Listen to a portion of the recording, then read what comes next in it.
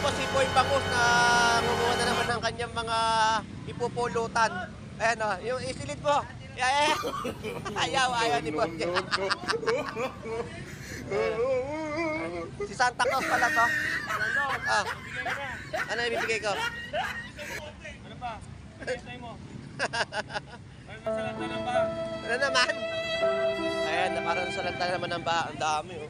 May tilapia, meron po si halo-halo na. Ano yan, mixed seafood? Kahit 1,000 lang. Saan kukuha? Ano sa wallet mo? Problema nga, walang laman yun. Ha?